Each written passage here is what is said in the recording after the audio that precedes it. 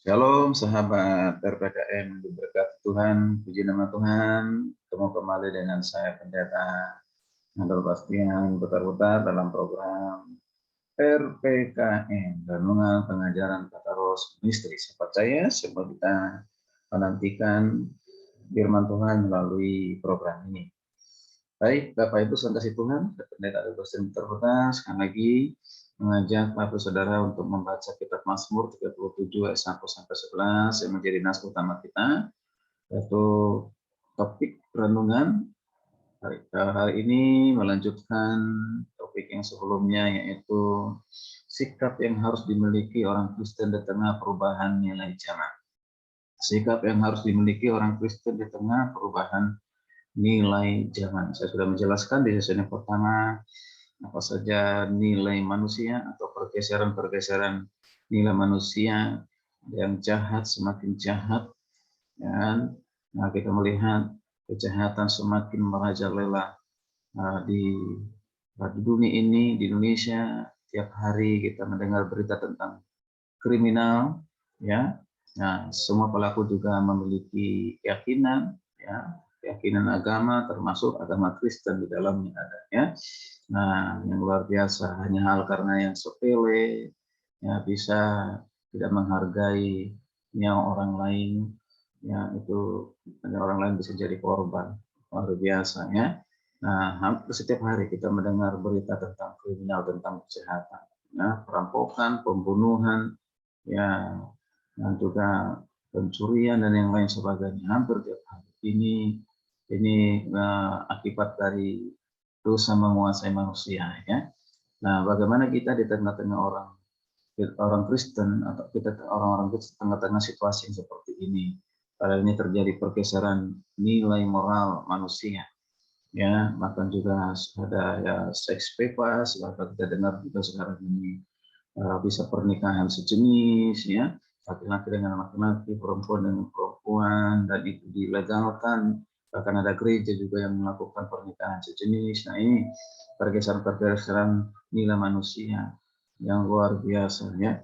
Nah, dalam situasi seperti ini, bagaimana kita bersikap? Ini tadi yang pertama saya sudah sampaikan bahwa sikap yang harus dimiliki oleh orang Kristen di tengah perubahan nilai manusia ini, yaitu yang pertama, tidak iri hati terhadap keberhasilan orang jahat. Ini saya sampaikan di sesi yang kedua, maka kita lanjutkan di sesi yang ketiga ini, yaitu berlaku setia.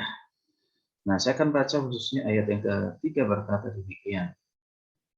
Percayalah kepada Tuhan dan lakukanlah yang baik, diamlah di negeri dan berlakulah setia. Perhatikan, ya Bapak Ibu, percayalah kepada Tuhan dan lakukanlah yang baik. Lalu kalimat berikut, diamlah di negeri dan berlakulah setia, berlakulah setia, berlakulah setia.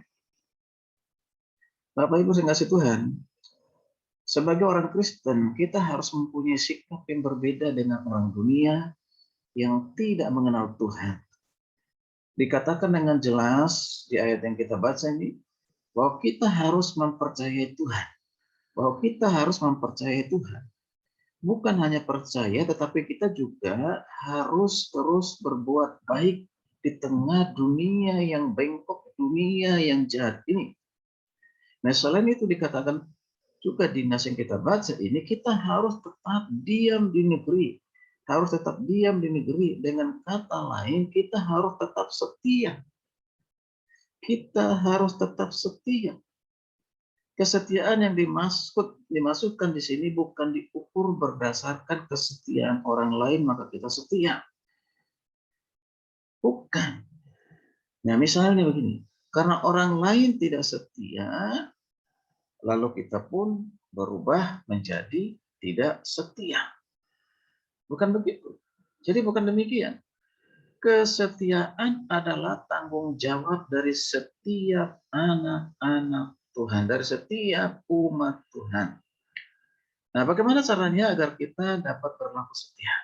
Sekali lagi, bagaimana caranya agar kita dapat berlaku setia? Nah, Tuhan sendirilah yang pasti menolong kita supaya kita setia. Bapak Ibu dan kasih Tuhan, semakin kita mengenal siapa Tuhan yang benar di dalam Yesus Kristus, salah satu sifat yang dimiliki oleh Yesus Kristus adalah sifat kesetiaan. Walaupun manusia tidak setia, tetap dia setia kepada manusia, mengasihi manusia, menyelamatkan manusia berdosa yang percaya kepadanya. Tetap setia, sekalipun kesetiaan itu taruhannya nyawa, dia harus berkorban. Dia tetap setia melakukan pekerjaan Bapa demi penyelamatan manusia berdosa. Dia setia. Setia untuk memberikan, menolong setiap orang yang membutuhkannya. Yesus dengan kesetiaannya memiliki belas kasihan kepada setiap orang yang dilihat seperti domba yang tidak bergembala, dia setia melayaninya. Sekalipun ada tantangan hambatan di dalam Farisi, ahli Taurat mengolok-oloknya dia, menuduh dia ketika melakukan mujizat di tengah-tengah aturan agama, di hari Sabat melakukan kesembuhan mujizat, sehingga diolok, dituduh menista agama, aturan agama, tapi Yesus tetap melakukan pelayanan karena dia tahu apa yang harus dikerjakan, dilakukan bukan menurut ukuran manusia, bukan menurut aturan agama, tapi sesuai dengan kehendak Bapa. Dia setia. Kesetiaannya itu di puncaknya dibuktikan dengan apa, Bapak Ibu saudara Tuhan? Yaitu setia sampai mati di kayu salib. Itulah dikatakan dalam kitab Filipi, saya akan baca di kitab Filipi pasal yang kedua, saudara kasih Tuhan. Katakan di ayat yang saya akan baca mulai dari ayat 8. Ayat 8 di Filipi 2, ayat 8 dikatakan begini. Dalam keadaan sebagai manusia, ia telah merendahkan dirinya dan taat sampai mati. Bukti dari kesetiaan itu adalah ketaatan. Taat sampai mati, bahkan sampai mati di kayu salib. Bukti kesetiaannya untuk melakukan pekerjaan Bapa demi umat manusia. Dia taat sampai mati, setia sampai mati di kayu salib. Itu sebabnya Allah sangat meninggikan dia, mengaruniakan kepadanya nama di atas segala nama, supaya dalam nama Yesus bertekuk lutut segala yang ada di langit dan yang ada di bumi dan yang ada di bawah bumi. Segala lidah mengaku bahwa Yesus Kristus adalah Tuhan bagi kemuliaan Bapa. Puji Tuhan. Haleluya. Terima kasih Tuhan, kita bayangkan kalau Yesus tidak setia melakukan kehendak Bapa, rencana Bapa bagi manusia, seperti apa nasib kita manusia. Kalau Yesus tidak setia sampai naik di kayu salib, berkorban, menyerahkan hidupnya dikorbankan, jadi korban yang sempurna.